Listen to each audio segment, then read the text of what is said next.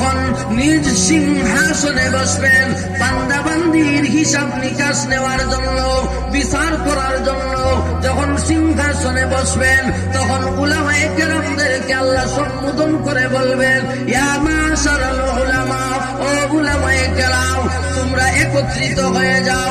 উলামায়ে কেরাম যখন একত্রিত হয়ে যাবে, তখন আল্লাহ বলবেন যে তোমাদের কাছে আমি এই জন্য ইলম রাখি নাই, এই জন্য আমার কালাম রাখি নাই, তোমাদেরকে এই জন্য ইলমের নূর দেই নাই যে তোমাদেরকে জাহান্নামে জ্বালাবো। না না না না, তোমাদেরকে জাহান্নামে জ্বালাবার জন্য বানাই নাই, আলেম হওয়ার তৌফিক দেয় নাই।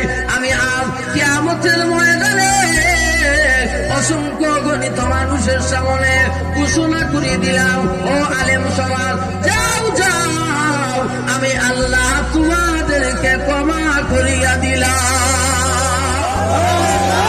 শুধু ক্ষমা করছি এরকম না, আল্লাহ রাব্বুল আলামিন বলেন এখন সুপারিশও তোমরা করতে পারবে, তোমরা সুপারিশ করবে, আমি আল্লাহ তোমাদের সুপারিশ মঞ্জুর করব।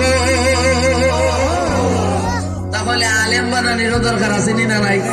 মানুষের এখন দরকার আছে না নাই?